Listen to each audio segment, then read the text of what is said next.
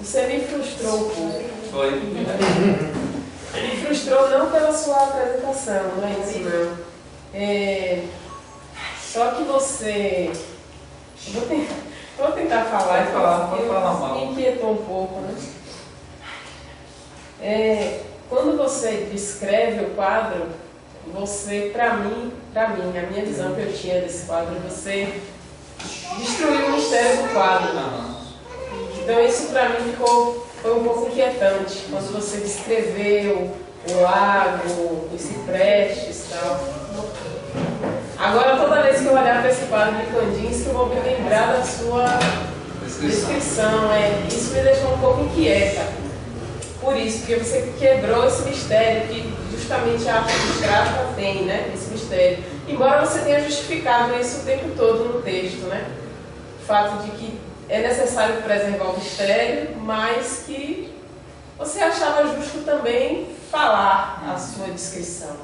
Embora em um momento você tenha dito tudo que para mim é relativo em relação à obra de arte, que foi, diante da arte, basta calar. Isso, para mim, é o que faz mais sentido. Então, inicialmente é isso. Eu fiquei um pouco frustrada por causa da descrição, mas não que a descrição seja inadequada. Você descreveu bem, interpretou bem o quadro. Eu sempre vi um homem ali naquelas bolinhas ali, onde você disse que é o vento. O meio vento são bem próximos. E eu tem uma carinha assim aberta, né? E quando você falou do toque da alma e tal, de que é com a alma, né? Você vai perceber o quadro. Eu pensei muito na intuição, a noção de intuição em Bergson.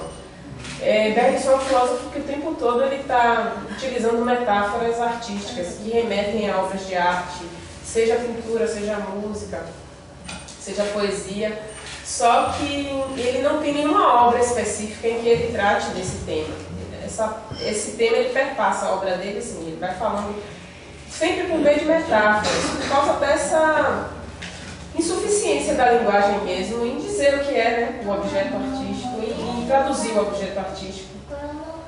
E aí eu fiquei pensando isso, se toda a conceitualização, toda a explicação da obra de arte não direciona o olhar daquele que está fruindo, né, que está contemplando. Se isso não faz direcionar o olhar do contemplador. Claro que cada um tem a sua descrição, ao olhar para a obra eu faço a minha própria descrição, como você fez a sua. Eu vi um homem ali e tal, eu continuo vendo o homem, mas agora eu vejo o lago, que eu não via antes. E aí você, ao expor a sua descrição, talvez tenha um pouco contaminado o meu olhar. Então eu fico pensando nisso, no perigo dessa contaminação. É só uma inquietação, Gil. Se você puder desconsiderar tudo que eu falei, desconsidere. Não, eu acho justo até. Eu acho interessante porque quando, na verdade, nesse quadro, que não é todo quadro abstrato que eu consigo captar, o que me chamou a atenção é que o captar dessa forma, e o mesmo Kandinsky deixa muito claro também que vai ter quadros abstratos em que aspectos do mundo real podem vir à tona. Aspectos do mundo imaginário, que vai falar, aspectos do mundo imaginário poderão também vir à tona. Ocasiões em que o pintor tem em vista apenas o abstrato, a linha, tem em vista apenas o quadrado, tem em vista apenas o círculo. Então, quer dizer, de fato, não dá para você, quer dizer, o que eu diria apenas assim, nunca vai dar para você esgotar ou chegar a ponto de pensar que a interpretação da pintura tivesse que esgotar o mistério que o quadro resguarda, por um lado. Por outro, a intenção não poderia também ser captar o sentido preciso em que o autor, quando pintou o quadro, teve em mente. Como que quem pudesse agarrar a ideia que o autor teve. Seria algo com um subjetivismo absurdo, extremo e certamente absolutamente inviável. Até psicologista em demasia, né? O que também não seria possível. E aí eu chamaria muito a atenção para um aspecto que em Kandinsky eu gostei muito, que é quando ele diz o seguinte: quando eu pinto eu não penso. Depois eu gosto de pensar, mas quando eu pinto eu não penso. Esse negócio me lembrou muito o Alberto Caeiro, os poemas de Fernando Pessoa, sob o pseudônimo de Alberto Caeiro, né? Quando ele critica o pensamento metafísico em vista do poético. E o poético o pensar no poético é dizer a coisa tal como ela se mostra, naquilo que ela se mostra em si mesma. Então, eu acho assim, eu concordo com você que uma descrição de um quadro, ela pode suplantar a visão que de repente eu tive, mas talvez ela possa também enriquecer. Eu acho que é um risco. Quer dizer, eu não teria a tendência a ficar interpretando todos os quadros, porque na verdade o que eu acho importante é que a apreciação ela possa vir carregada. Vamos dizer assim, é como se, por meio da interpretação, a palavra pudesse comunicar o sentido captado, já que se trata de uma interpretação, vamos dizer, em palavras, não é? Então a interpretação em palavras às vezes ela pode vir carregada de significado. E o intérprete certamente pode querer esgotar os símbolos. Eu acho que o meu problema foi aqui, eu queria mesmo esgotar. Isso pode ser um pouco violento. E é desnecessária essa violência. É claro que é desnecessária essa violência. E por isso que, por outro lado, o pintor diria assim: calma, contemple, porque não necessariamente. Agora, a interpretação pode também ser enriquecedora. E pode não precisar esgotar. E às vezes pode haver também o que Gadamer chamava de fusão de horizontes. Eu me lembro que na leitura do texto, que no livro fala sobre esse quadro, traz uma descrição extremamente fria, eu detestei a descrição, mas tem um momento em que ela traz à tona o objeto do quadro, vamos dizer assim, que é quando fala do prisma.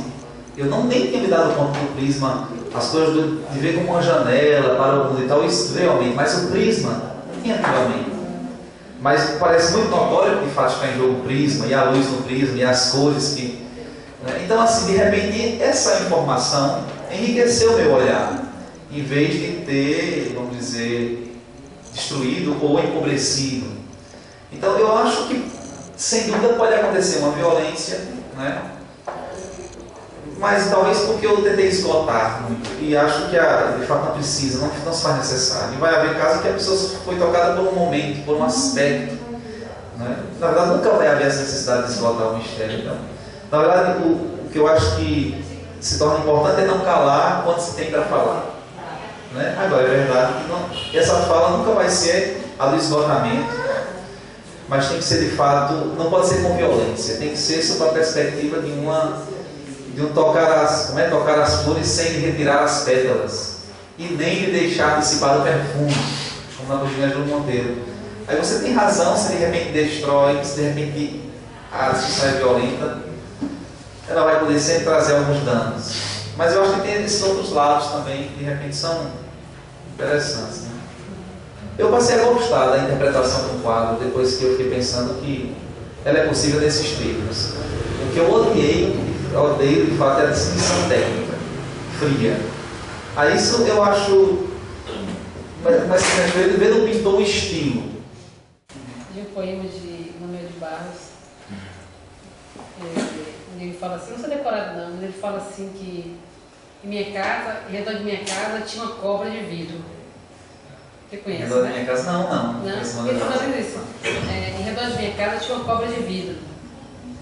De repente veio um homem e disse, isso que tem em volta da sua casa é uma enseada.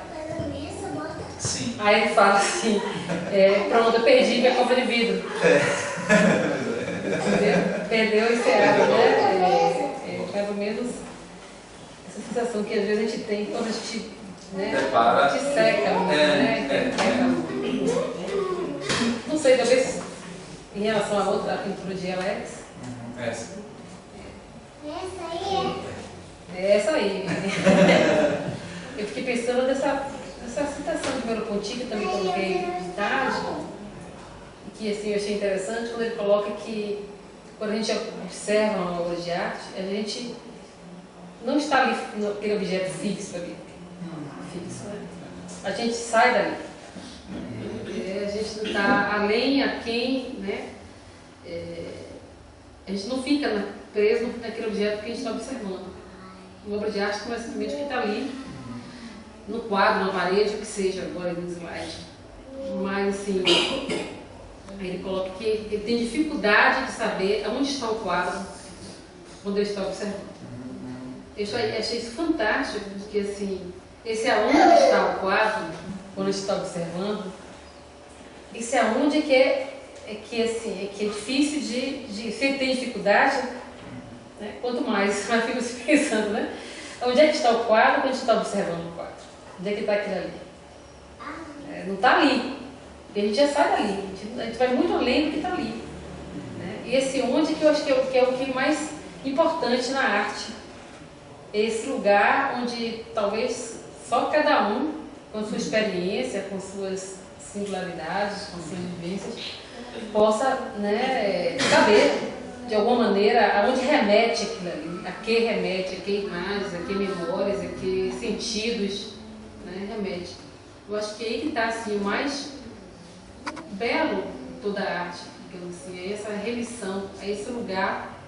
Eu acho que isso acontece não só com o quadro, né, mas acho que qualquer arte, até a música que a gente ouve, a gente vai para outro canto, né, não está ali só, daqui a pouco a gente está, né, as notas musicais já vão para outro canto, não está ali ouvindo ali, rolado. Aí fico pensando assim, nesse onde a gente está, onde o objeto, né, o quadro, né, a arte está. É só um comentário, né? Onde é que ele está? É uma coisa de pensar. Onde é o quando? Onde é o quando? Tem um quando, né?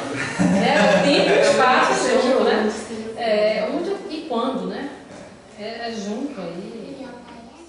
Exatamente. Quando eu pensei assim, na verdade essa reflexão eu fiz tentando mesmo interpretar e tal algumas obras. Mas eu pensei, tem que inaugurar um movimento de interpretação singularista, assim, no sentido de...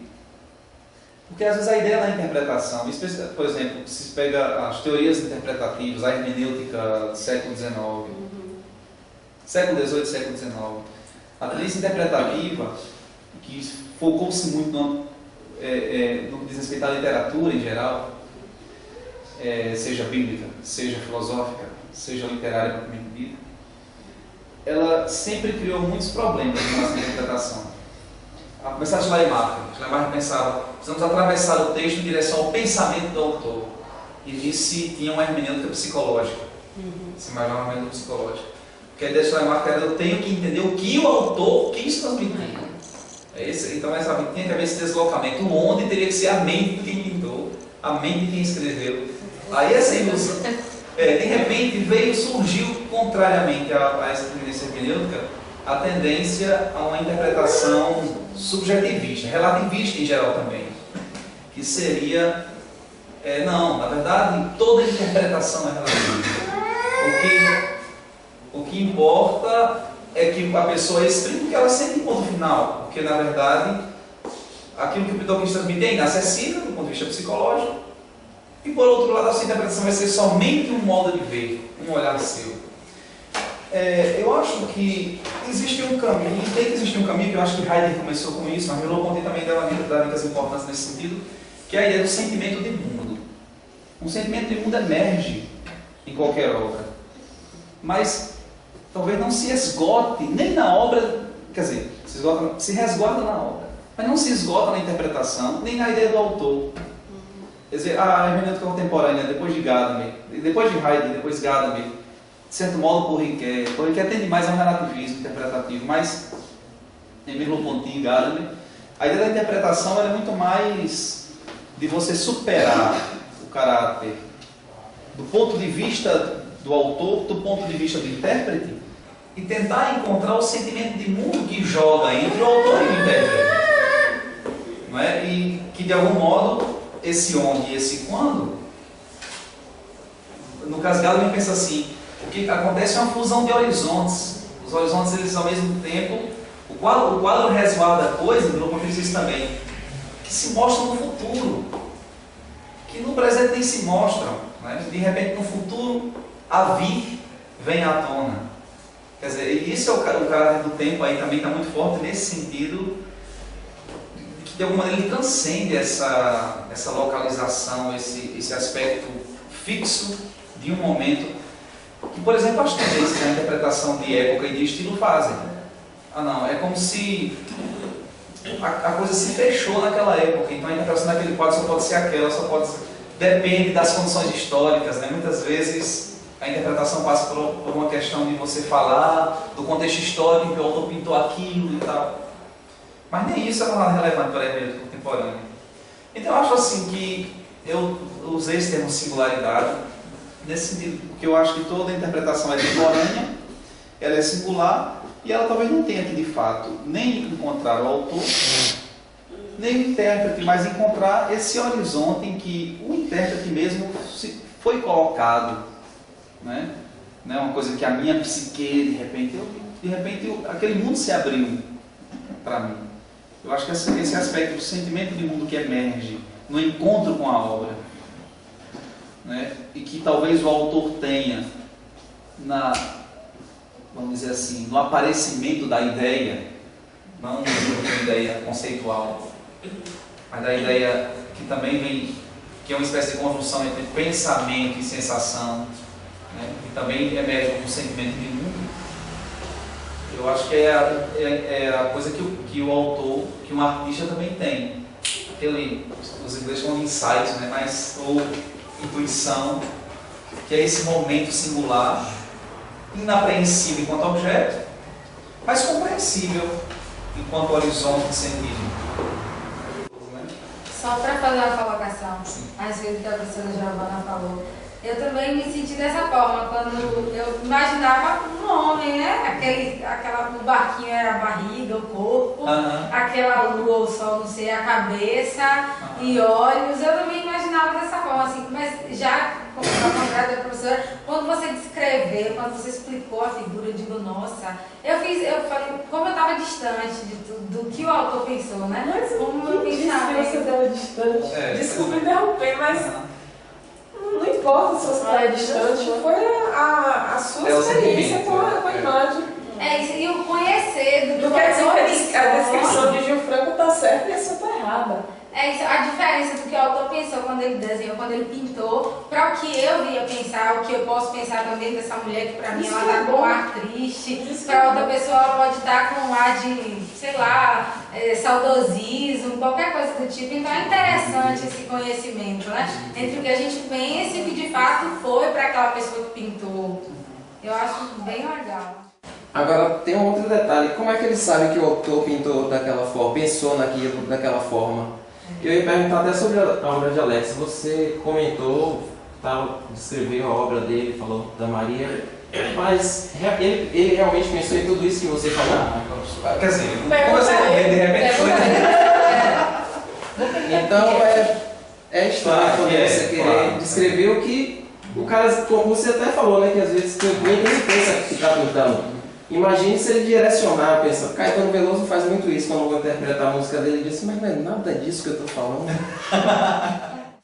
Não, é isso que eu estou falando aqui. Eu não estou falando de compreender o que o autor pensou, mas compreender um horizonte que se abre. Um horizonte de sentido que se abre. Ele pode, é isso que eu digo, ele pode ir além ou estar aquém do que o autor pensou. Mas o que o autor pensou é inacessível, sob certo aspecto. E aí, quando se trata de pintura, mesmo a proximidade, por exemplo, né? Mesmo a proximidade, a Alex e eu, a gente nunca parou para conversar muito sobre esse quadro, né? Que mostrou e tal, né? Falou da Maria ferida e tal, essa ideia assim. E isso, claro, acaba por interferir na interpretação. Mas isso, o ponto que você toma um quadro de um autor que já morreu, você nem conhece, nunca viu, você depara realmente com a obra. Não é um pensamento, não importa o que o autor pensou sobre certo aspecto, importa o que a obra transmite. Não sei se é Heidegger que fala também isso. O pintor se esconde atrás da obra, o pintor, quer dizer, o artista, o ator mesmo, quem produz a obra, o criador, ele se esconde atrás da obra, ele se resolve na obra. Não há nada atrás da obra, por trás da obra, dentro da cabeça do autor, que pudesse de alguma maneira agarrar. Né? Mas o que eu acho é que a obra mesma ela é capaz de ela transcende esse aprisionamento, seja por parte do autor, porque a gente tem a ideia assim, talvez de que o autor teria uma autonomia sobre a compreensão da obra, porque foi ele quem fez. Só que essa ideia me parece muito, eu diria, subjetivista, ou vamos dizer assim, produtivista também. Por exemplo, a indústria de carros fabrica um carro, sabe para quem vai vender e tal, tem todos aqueles trâmites, eles fabricam tudo dentro de uma perspectiva, de uma finalidade objetiva. Mas isso não acontece na arte. A arte ela emerge de uma maneira livre, é uma experiência de liberdade na arte. E essa experiência de liberdade, ela, no meu ponto de vista, ela implica na interpretação. Ou seja, o intérprete é livre tanto quanto o pintor, e na mesma medida que ele, nesse sentido. Agora, essa liberdade apenas não implica no mero relativismo, o que eu apenas entendo é que a própria obra, porque assim, você diz do relativismo, você se coloca no polo oposto. Então dizer que o produtor da interpretação sou eu. Não sou eu que sou eu, Chico Franco, o produtor da interpretação. Eu só fui apenas capaz de poder, em um determinado momento, ter compreendido esse horizonte e tentei explicitá-lo. Mas não foi você que produziu essa explicação? Mas aí que está. Se você foca isso no sujeito, você tira a dimensão do dom da liberdade. A liberdade que é transcendência, que não se resolve no invólucro da consciência. Quando você está conceitualizando, porque acabou a liberdade, você aprisionou aquela... Ela já achou que aquilo que você disse ali é exatamente aquilo. Você enxergou ali o quê? Uma vela de um barco. Isso. Eu posso ver ali um iceberg. Certo. Entendeu? Então, ele não sei se ele está certo no que ele falou, ou sou eu que estou certo. A gente não vai saber. Sua interpretação é sua. Isso, exato. Sim, mas é sua, não no sentido de você ter produzido, vamos dizer assim. Veja bem, é fruto de um acontecimento de compreensão. A ideia que você apresenta de que você é o produtor de algo é uma ideia equivocada no sentido da transcendência. Minha inquietação é mais em relação a esse direcionamento que toda e qualquer interpretação de uma obra de arte, especificamente, não estou falando de interpretação filosófica, de nada disso. Exato, aí é uma obra. Estou falando de uma descrição de uma obra, da interpretação. Eu fico muito preocupada com isso, com o direcionamento que ela pode criar no olhar de quem está contemplando. Eu acho que a liberdade está aí também. Claro que cada um vai sempre ter a sua interpretação e essa interpretação ela se altera com o tempo, vai se alterando. O que eu estou vendo no quadro hoje, amanhã eu posso ver diferente. Então, eu acho que isso é que me preocupa. Mesmo você dizendo que é uma possibilidade de mundo que se desvela, tudo isso eu entendo, essa interpretação que você está fazendo, mas vejo como preocupante para mim. Porque, num certo momento, eu fiquei muito inquieta com essa interpretação que direcionou o meu olhar para ver coisas que talvez eu não tenha gostado de ver quando você falou. Eu preferia aquela interpretação que eu já tinha antes. E que poderia ir se alterando e que talvez até um dia eu chegasse ali e olhasse esse prisma, esse cipreste, tudo isso, mas a partir de algo que despertou em mim. Exato. Mas esse é um problema que eu, pessoalmente, minha subjetividade, não aceita, que é toda a conceitualização relativa à obra de arte. Eu acho que sobre a arte, acho que aquilo que você falou é mais certo, a gente tem que calar e apenas disputar. Veja bem, a minha postura é muito da do intérprete. Eu gosto da postura do intérprete. É uma questão mas eu acho que é uma questão de posição existencial diante da arte. Sem dúvida, eu concordo com você. Por exemplo, eu admiro a posição de Wittgenstein. A posição de Wittgenstein seria seguramente a posição de diante da obra de arte. E isso eu acho fantástico.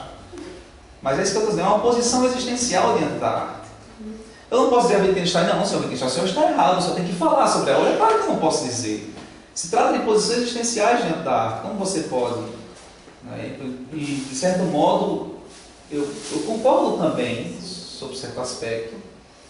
Apenas veja bem, qual é a concessão que eu faço à interpretação? É quando a interpretação possa corresponder. Agora, essa correspondência que eu estou falando aqui não é no sentido assim, aquela correspondência em termos da adequação da verdade, do que foi pensado na produção ou na criação. Mas a correspondência no sentido de você poder responder àquela obra, dar uma resposta àquilo que ela transmite. A interpretação seria, em tese, uma resposta ao que emerge. Calada ou falada, ela emerge. Essa resposta emerge, o seu sentimento. E aí a questão de você comunicar o que sente ou não comunicar o que sente é uma decisão existencial, é uma posição. Preferir calar diante de toda a obra pode ser uma posição fecunda. Né? Preferir calar, e Wittgenstein tomou essa posição. Por exemplo, ele se recusa a discutir o místico, a discutir o artístico, o religioso, o moral. Isso se mostra. Disso não se fala. O que se fala é o mundo objetivo. Né? Segundo a regra da verdade como adequação. A verdade enquanto essa da É isso que você falou. O que se fala é o mundo objetivo. Me soou como uma objetivação muito grande da obra de arte. Como se você estivesse objetivando demais, algo que talvez não possa ser objetivado. Claro que a intenção não foi. É um objeto, mas... A intenção não era. A intenção é mais tornar, é mais exprimir poeticamente o que sentimentalmente emergiu. Interessante que eu estava pensando também, dessa forma, pensando um pouco em Foucault, né, na ordem do discurso. Normalmente, quando há uma interpretação, te diz um especialista dessa interpretação, então, como existe essa ordem do discurso, há o fato de prevalecer essa interpretação. É a autoridade. Né? Então, as outras acabam, de certa forma, sendo apenas, né, algum devaneio e tal, mas sempre permanece a interpretação do especialista, daquele mais crítico e tal, que ele tem uma possibilidade maior com a obra, né, que levou alguns anos. Supostamente. Sim, aquele que levou anos estudando a vida do autor e tal, né, do pintor, de certa forma, sempre tem esse risco de prevalecer. E aí, eu estava aqui, identificando sua fala, com duas questões, dizendo assim, que assim, não são questões, perguntas, mas estavam justamente permeando aqui a minha cabeça, que é justamente como o papel do filósofo e do artista, ele muitas vezes se confundem. Né? Eles muitas vezes, não pelo lado do ofício em si, mas das pessoas que têm contato com a obra, ou a de arte ou a filosófica. Né? E essa ordem do discurso permanece também em filosofia, né, do especialista, então o especialista sempre tem uma interpretação melhor ou uma definitiva sobre determinado autor. E outra coisa que você citou aí também, como você falou da atemporalidade da obra de arte, da singularidade, eu pensei também na questão do papel social do artista, né? Que me parece aí que o autor que você trata o artista, ele, né, desvivencia da arte esse papel social. Sim. Assim como também talvez possa pensar no filósofo. Né? Será que necessariamente a filosofia que ele produz tem que ter um papel social? Né? E aí, em algumas aulas discutindo isso, a gente talvez tenha chegado à conclusão que, de fato, uma obra filosófica ou que um autor ele pensa não necessariamente tem que ter um papel social. Acho que a obra de arte, eu acredito que, assim como o autor traz, eu gostei dessa parte, ela necessariamente não precisa ter um papel social, ela não precisa falar de uma época, necessariamente. Ou seja, eu, hoje, aqui, em pleno século XXI, numa obra que foi dada no seu tempo do século XIX, necessariamente ela não precisa dizer algo do século XIX. Certo? Ela pode ter essa sua singularidade, essa sua atemporalidade, nem simplesmente em dizer algo que pouco importa para o que vem depois.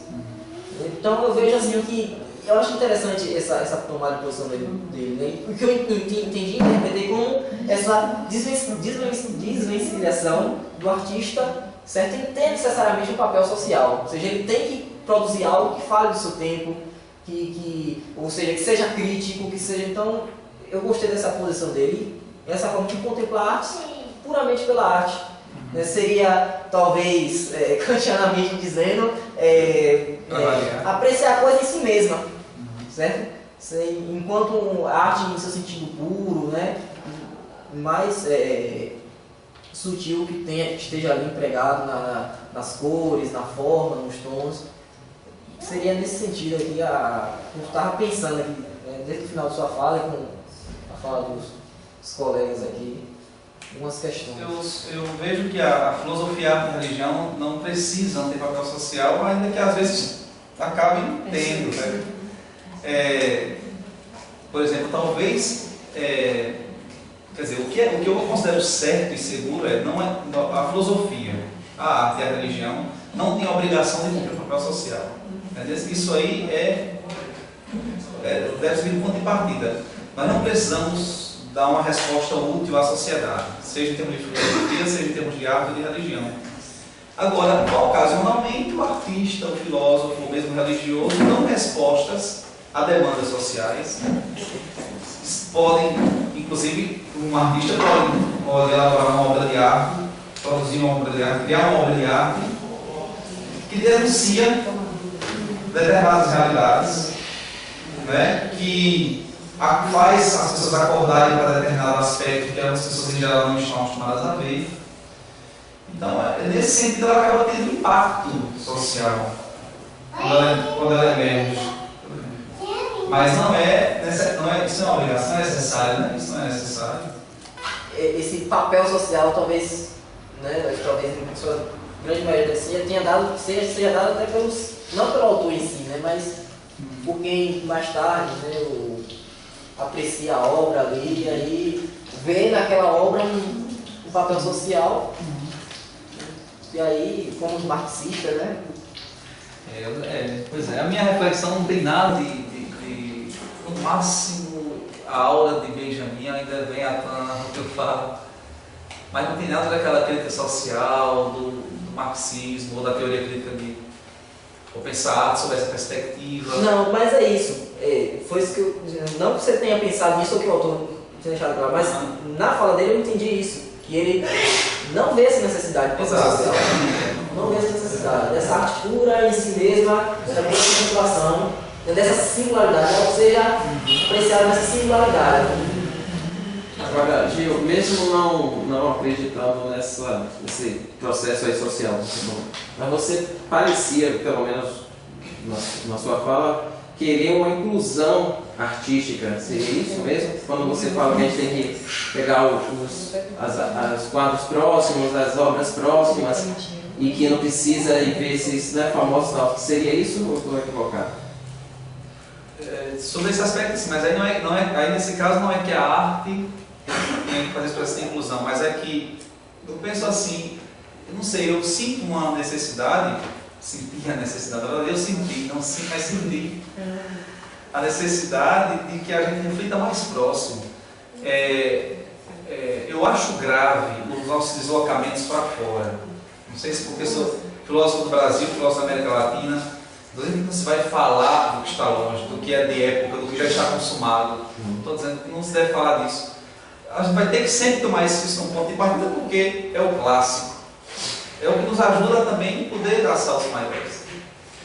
Mas eu acho que a gente precisa fugir também àquela ideia de só falar do que já passou, só falar do clássico. Então, nesse sentido, acho que há uma inquietação de inclusão social nesse sentido. Mas só falar no seu caso, que quer destrinchar as obras e tudo mais. Quem está só apreciando, tanto faz, longe ou perto, não. É uma questão assim, veja bem, emerge na minha perspectiva. Eu não acho necessário que, para contemplar e compreender uma obra, ou mesmo interpretá-la, eu precise só levar em consideração a obra já, como é que a gente falaria? Consagrada? Isso, consagrada. Não é? Acho que é absolutamente desnecessário. Muito ao contrário, a obra ali, em recanto, não Você acha que ela muitas vezes tem muito a dizer e a gente fica naquela... Em geral, algumas pessoas ficam naquela ingenuidade de só contemplar o clássico. Eu não acho que é por aí. Eu acho que, no caso, assim, vocês como alunos, né, que, assim, e pensando no papel do professor, eu estava conversando assim, nós, de certa forma, enquanto professores, temos um lugar, né, digamos assim, na universidade, que a gente lecione, que é uma responsabilidade muito grande, que, de certa forma, nós somos formadores de opinião. Que nós sempre dizemos, de qualquer maneira, tende a ganhar um estatuto de autoridade e de verdade, no sentido de verdade como adequação, né? Do que nós dizemos, do como interpretamos, é como é. Né? Então eu acho importante que vocês comecem também a exercitar essa autonomia, não só em relação a nós, professores, como em relação aos próprios filósofos, em relação à arte que vocês observam. Né? Eu acho que em relação ao próprio filósofo que vocês estão estudando, e uma coisa é você estudar um filósofo para saber entender o que ele está dizendo e pronto. Outra coisa é você dialogar com ele. Eu acho que filosofia você deve estudar dialogando, confrontando o filósofo, questionando, tá? Isso disse isso, pronto, por que é isso? Como é isso? Quem disse isso? Como é que você me prova isso? Eu acho que é assim que se estuda filosofia. E não aceitando, o que ele disse é que é assim. Se ele disse, o filósofo tanto, ele disse é que é assim. Porque senão você nunca vai repensar o já pensado, como diz Heidegger, né? Senão você nunca vai repensar o já pensado. Você está aceitando aquilo ali. Né? Então, nem o próprio filósofo de renome, de tradição, você deve ler acatando, senão surgir os outros sistemas, as outras respostas para as mesmas questões, senão a filosofia não viveria dessas questões. Né? Se acatava o que, sei lá, Platão, Aristóteles, disse, e se acabava, pronto, entendeu? No entanto, que os filósofos tendem a questionar justamente uns aos outros, repensar as mesmas questões e formular esses novos sistemas, com novas respostas, às vezes com as mesmas questões, mas colocadas de forma diferente. Então, vocês têm que cultivar a autonomia no pensar, autonomia de refletir e de não considerar assim, porque nem nós, enquanto professores, nem o próprio filósofo, enquanto estão estudando, nem nenhum crítico de arte, nem nada. Vocês têm que procurar ler, né, se instruir, se amadurecer, para poder começar a ter segurança para ir de encontro. Não concordo com isso, não penso assim, não acho que deve ser assim, e fundamentar, né, o que vocês acham. Porque, tipo assim, como o Deise colocou, agora que eu vi como era, não é por aí. Né? É uma interpretação, né, como foi a interpretação que eu coloquei de tarde, como a interpretação que outros fazem. Cabe, né, vocês acolherem ou não, entender uma coisa, entender o que o professor colocou, como ele interpretou, tá, admirável e tal, tudo bem. Agora daí achar que aquilo ali é a verdade, a interpretação, é a única interpretação, como o Gifrão colocou, com adequação, não. É uma verdade com desvelamento. Como se apresentou, como me apresentou também de tarde, como interpretei, como se apresentou também de Franco, mas é o que se apresentou que veio. Neste momento, pode ser que eu tenha aqui alguns meses e tivesse tudo diferente. A gente mesmo, né? Não ouvindo, né? Não vi, mas não. Por que eu vi isso aqui? Não é assim que eu vejo, não. Quer dizer, até pra gente pode identificar. Então é importante exercitar essa autonomia. Né? E perder esse medo de encarar, de ler, de confrontar o próprio filósofo, principalmente. Senão vocês não vão filosofar. Vão ficar só aprendendo história de filosofia. Fulano pensou isso, isso e isso, verdade fulano é isso, conhecimento é isso, e fulano e Beltrano, pronto, fica sabendo todo mundo que todo mundo sabe. Isso é saber a história da filosofia. Uma coisa é você se confrontar, questionar o filósofo e aprender a pensar como já pensava, confrontando, correndo atrás, e que dá uma resposta, duvidando, né? Eu acho que é por aí. Que se ganha autonomia, que se ganha, né, se cria asas para pensar, para poder, né, refletir e fazer suas próprias considerações, seus próprios argumentos. Isso é apenas um toque que eu achei importante colocar aqui e dar uma responsabilidade para os professores, né? Como é grande, né? Vai ver aqui, é uma responsabilidade grande. E de qualquer forma, nós somos formadores de opinião, com qualquer semelhante a qualquer outro grande aí, artista, sei lá, que está aí na Globo, na mídia aí, dizer o que acha, as pessoas acham que aquilo, não, fulano falou, é certo, né? Beltrano falou, é verdade, né? É uma responsabilidade grande. Não podemos aceitar simplesmente todos os discursos de verdade, né? Temos que questioná-los, né? Para poder amadurecer mais nossa filosofia e poder contribuir mais com o conhecimento. E ler. Ler para poder questionar e fundamentar o que você considera, o que você está se propondo aqui, baseado em quê, né? Argumentar. Isso é importante.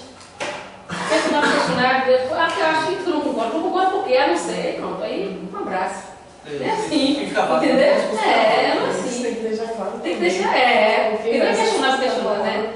Tem aluno que fala assim, não, eu não concordo com você, não concorda por quê? Ah, tu não concorda e acabou. Só passando por conta, não por aí também, entendeu?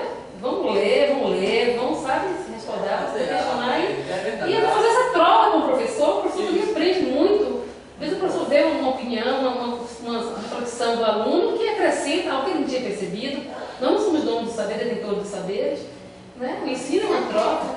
Então fica até mais bacana para a gente quando o aluno né, discorda daquilo e apresenta momentos bacanas que a gente também cresce. É uma troca, a gente também aprende mais. Entendeu? É o seguinte, a respeito da arte, eu sempre fui assim, prisioneiro da arte, né?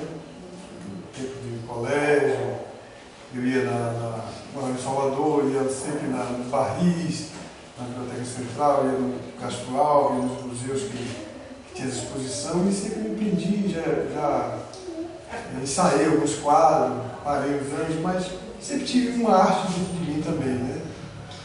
E tem coisas que ficam na gente assim, sempre procurando uma resposta, será que um dia a gente vai ter resposta a respeito da arte? E hoje o Gil falou uma coisa aqui que me respondeu. Os artistas, eles interpretam uma realidade, uma história, um cotidiano, mas o surrealista, ele é diferente. Eu sempre achei que na alma do surrealista há um buraco maior do que o de todos os outros artistas. Né? Eu acho que tem um buraco maior.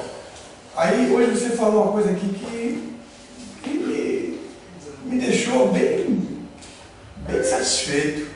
Ele disse assim, quando eu pinto eu não penso, só penso depois que eu termino de pintar. Poxa, aquilo ali que tem que pensar só foi nós. Ele faz a arte dele sem pensar em nada e mexe com os pensamentos de... Aí a professora Giovana teve uma visão, a Nina teve outra, aí o nosso colega e amigo jornalista teve outra, o professor Gil teve uma visão, eu já vi ali também uma festividade, os pinheiros, lembrando o Natal e tal, e já comecei devagar, vocês discutindo e eu também. E a arte não é nem verdadeira nem falsa, né? Ela existe, só isso, e cada um vai interpretar da maneira que ela é.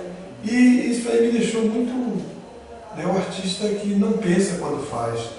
Ele faz depois que pensa. Poxa, isso me forma uma filosofia, essa frase aí. É uma frase de Kandinsky mesmo, ele escreveu isso em algum lugar, exatamente agora não estou lembrando, mas dizendo que pintava, enquanto pintava, não pintava. Ou seja, ele não ficava elaborando ideias e tal, coisas para pensar, não, ele pintava, né? Mas também dizia, mas se dedicava com muito esforço também à teoria, porque ele gostava de teorizar e de pensar. Então depois ele pensava, mas pintava. Enquanto pintava, não pensava. É porque agora você falou disso de pintar e isso agora você já falou como se isso fosse o sublime. Mas antes, mais cedo, a gente teve aquela discussão sobre o desenho e o... Então, ali, voltamos a essa coisa. Ali, você estava considerando o desenho, foi o primeiro e depois ele pintou. Então, aquela pintura lá perdeu essa essência, essa coisa. É como se ele fez ali, rabiscos, ordenou e lá ele complementou. Então, se ele já fez isso, houve esse pensamento de como sair lá. Claro. Não, veja bem, quando eu citei Kandinsky, ele próprio escreve assim, ele próprio diz isso. De que enquanto pinta, nas palavras dele, na verdade, enquanto trabalho, o trabalho que ele fala é na pintura, a minha cabeça silencia completamente. Essas palavras que ele usa, que eu acho a palavra bonita. E vai um pouco por onde você está, também no ponto de vista da interpretação, dizendo é melhor calado do que falar. Ora, é como se você colocasse a posição contrária à minha. Enquanto eu digo assim, não, faça outra posição contrária a Kandinsky.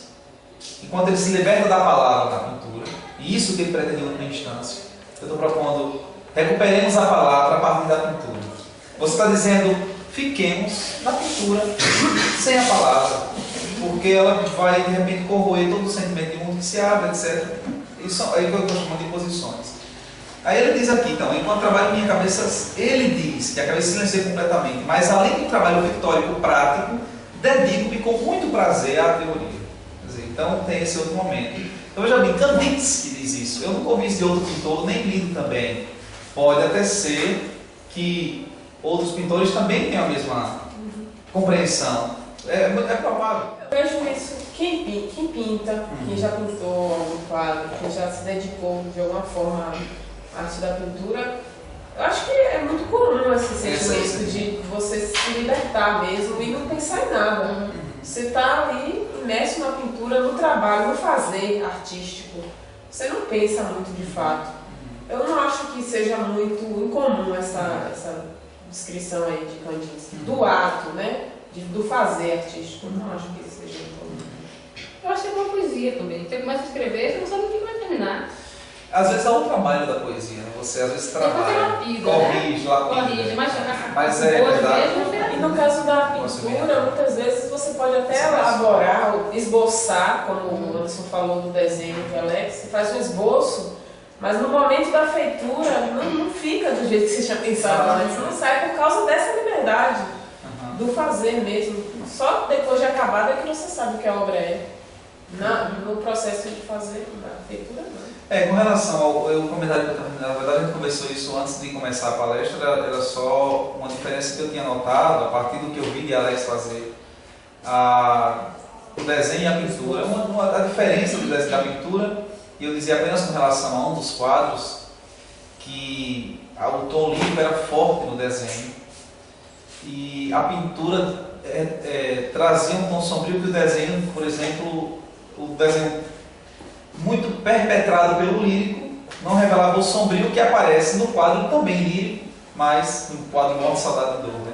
Mas resguarda um tom mais sombrio. Eu imaginei isso em função da própria pintura, distinguindo os aspectos que são característicos do pictórico daquele que é do esboço em desenho. Aí a gente também vai conversando nesse sentido.